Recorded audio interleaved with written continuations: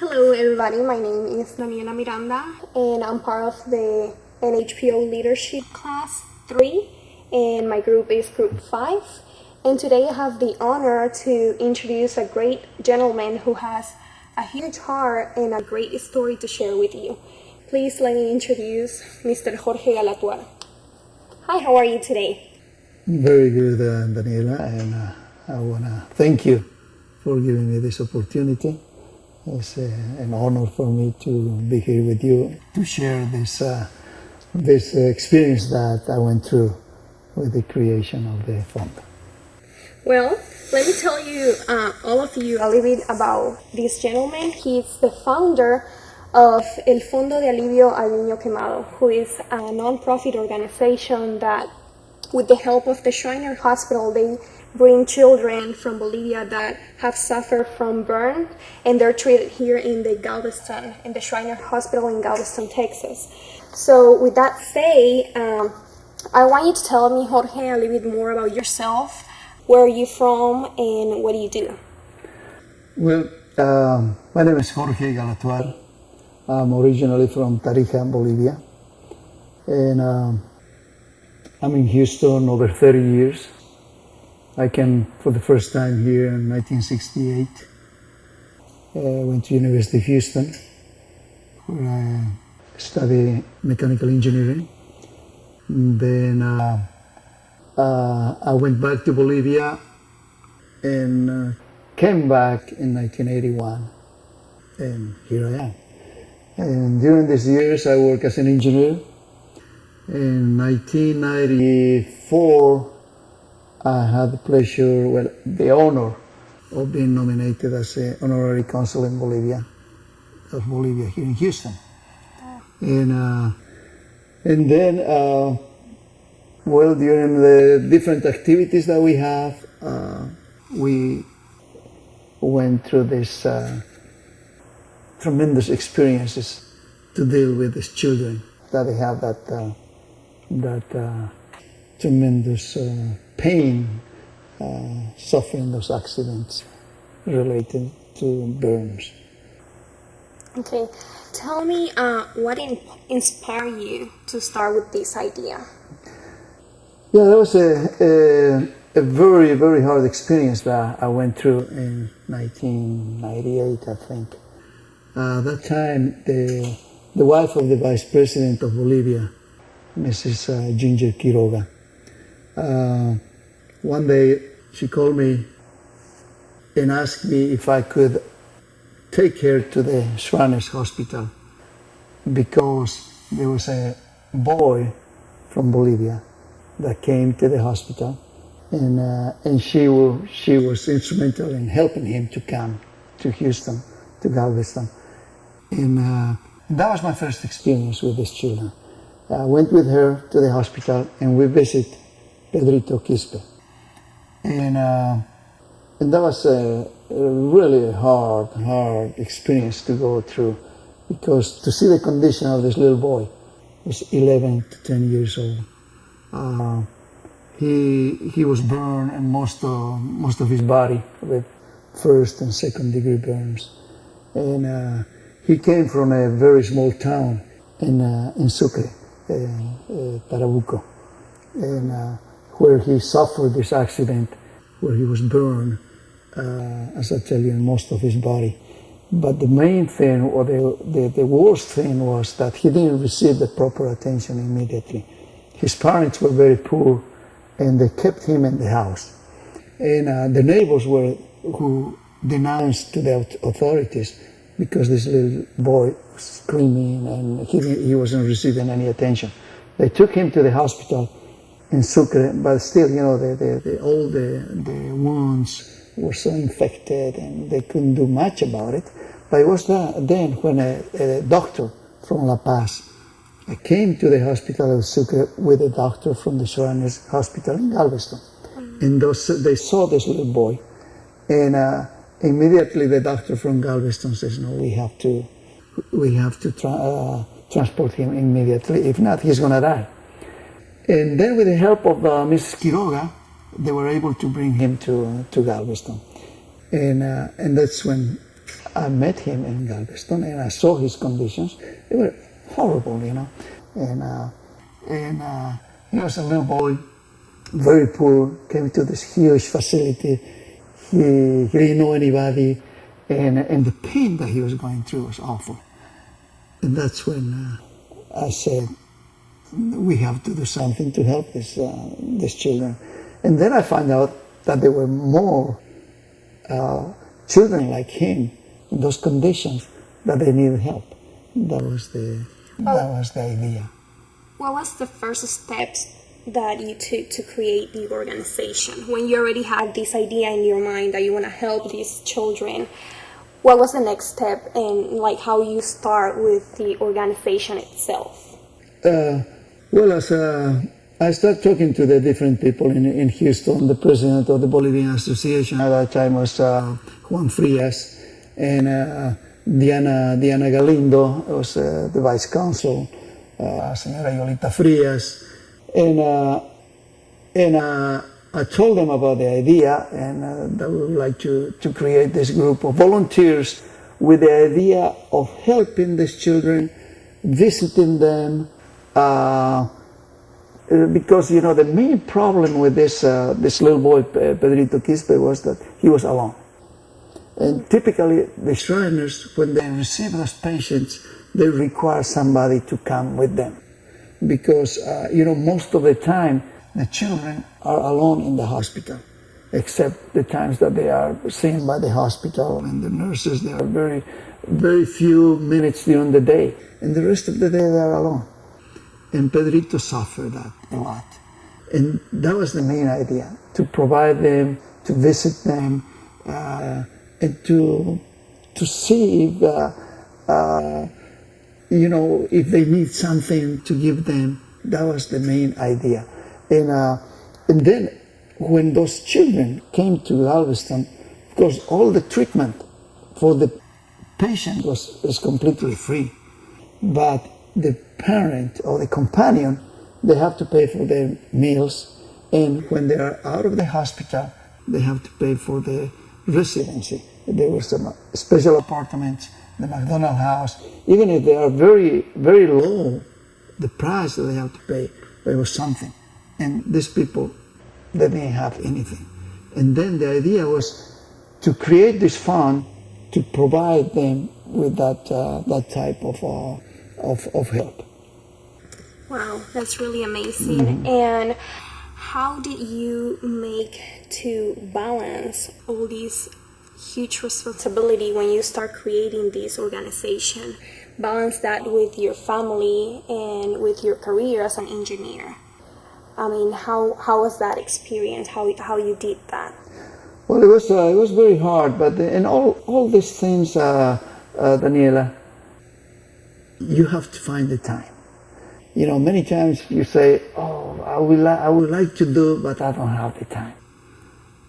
That's not an excuse. I always say, if something that you have in your heart that you want to do it, you find the time. I know my family, my wife and my son, they understood and they helped me as much as they could. And I received the support from their part. And they were involved in the stuff that we used to do. And in that sense, that was a big help. But the main thing, Daiela, if you want to do something, you find the time to do it. I don't have time. I don't accept that as an excuse. Wow, that's really amazing. And how difficult it was for you to, how Bolivia received this project or this new idea coming from Houston? How could you help your people from so far away? Do you get any support from your country? Oh yes, as I tell you, the first contact that we had with this little boy was through the wife of the vice president, and during their while she was in that office, she helped it. The paperwork down there in Bolivia was very complicated. Most of these children, they didn't have any identification, no passport. of course, they help with that. The visa to come here, they help with that. Then American Airlines used to provide us with the tickets. They help with that. And without them, it would have been very difficult. And then when there was a change of president, of government, they came the Gonzalo Sanchez de Lozada, and his wife was very much involved in this, providing the same type of help. And they really appreciate, and they were very, very supportive of us, and anything that will need, they will respond immediately. And as a matter of fact, Ms. Quiroga and Ms. Sanchez de Lozada, both, they have a person dedicated to these children to provide them for whatever they needed. Okay, and I heard some people that is still connected with the fund from Bolivia, because as you mentioned before, it's really hard for them to, especially with the paperwork and the visa. So it's really great that your idea crossed borders and went to your country where you were born and grew up, and you could do something like that from here, because that's really amazing. It's like an extra step to go because you're not there. So that's a really amazing from you to help all these kids. But now tell me about how what were your expectations back then? How far you thought this organization will go? What were those main goals at the time? Yeah, at that time the main goal, Daiela, was to provide them the financial help during their stay in Galveston. Okay. Those most of these victims, they came from very, very poor families, and they didn't have any money. Some of them, they came to Houston with zero money, no one penny in their pockets, and because they needed help. As I tell you, the meals for the companion of the patient in the hospital have to be paid by somebody, and we told the hospital that we will take care of that. The same thing, you know, the first days that the kids came to the hospital, they were in the hospital. They were providing a room and everything that they needed. But after the first treatment was done, they had to go out of the hospital. And there were these apartments or the Ronald McDonald House where they have to go. But there was a fee for that. It was very low, $10 a day, something. But you know, if you stay there for a month, you're talking about $300, $400. And these people didn't have that money. And that was the main objective of this fund, to provide them with that help. Okay, and you with this, I personally admire you, because I think this is an amazing organization that you have created, and this year is going to be the 10th anniversary of the Fondo de Alivio al Niño Quemado. And it's been, I'm pretty sure, 10 amazing years to make miracles for these children. You as a leader, who you have as a leader, who you admire as a leader, being a leader, like coming from, like having this legacy, because what you have built so far is a legacy. But who can you tell me that is a leader for you? Well, you know, the traditional leader is Mother Teresa. I think that's the leader of these modern times that I admire tremendously, because of that sense of service, of dedicating their lives to the help of the poor people. And then I have another person that I admire a lot, and I have a chance to meet him in a trip that I made to Jamaica, to Kingston, Jamaica, with a group of the class of my son.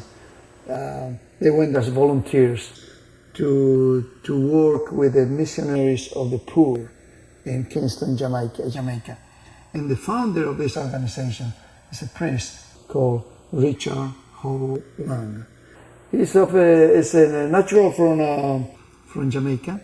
His parents were from China, but all his life he was in Jamaica. He was a priest. At the beginning he was a Jesuit priest, but then he abandoned the Jesuits and went independent because he wanted to dedicate his life to the poor in Jamaica. And Mother Teresa was her idol. And he was personal friend of Mother Teresa. Wow. And we had that opportunity to be in their house for a whole week. And we went through the different houses that they have there, where they help the poor people in Jamaica, sick, handicapped. It was an amazing experience. And fortunately, as I tell you, I had the fortune of meeting this priest. And he's an extraordinary musician. He sings and he composes. And every year, his major fundraising event is a music concert where musicians from all the world, they came to Jamaica to perform, to help him to raise funds for his organization. He's a great leader. And then another one, on the political side, I don't know if I should mention this, I admire Sarah Palin because of her conviction, her determination to defend her beliefs, and no matter what, she will go ahead. And that's what it takes to be a leader, to be determined to do things, to be responsible, and to go and not let anybody stop your dreams. You went ahead of me, actually. I was going to ask you to tell me what leadership means to you, but you already told me that. But leadership is very responsibility. You have to be responsible. Determination. You have to be, if you are determined to do something, do it. Okay? Charisma. You have to be able to attract people. They have to be able to follow you. And they have to use something in you that they will make them follow you. And then, I think one of the most important things, and I think of Mother Teresa is a living example of this, and this Father Richard Long is humbleness. They have to be humble. You have when you are a leader and you want to help people, you have to be very humble. Jorge, tell me, do you have any mentor while you were growing up, or while you were having these ideas to create the fund, or just along your life? Have you have mentors in your lives? Tell me a little bit more about that. I guess my main mentor was my father. He taught me that integrity and hard work. And then I have another great mentor, was one of my teachers in el Colegio La Salle in Cochabamba, Hermano Julio. He is still think about him all the time, and trying to follow his teaching. And to me, he was a great leader. What did he teach you? Well, the main thing is hard work. You have to study hard. If you want to succeed in life, you have to study hard. And honesty. You have to be honest with yourself and with the other people. You have to be, don't try to portray something else that you are not. And humbleness. This Hermano Julio, he was a great guy, very humble, huge physically, but all heart. That's really sweet. And what advice will you give to new emerging leaders like myself, like everybody that is listening to you right now, to be successful in life, to accomplish your goals? Well, Since Daiela, you've been there already. If you have a dream, follow your dream. But don't let anybody to stop that. If you consider yourself a leader, just you'll have an idea, you have a dream, follow. And with determination, with responsibility, you'll be able to do it. But your dream, don't let it go down. Okay.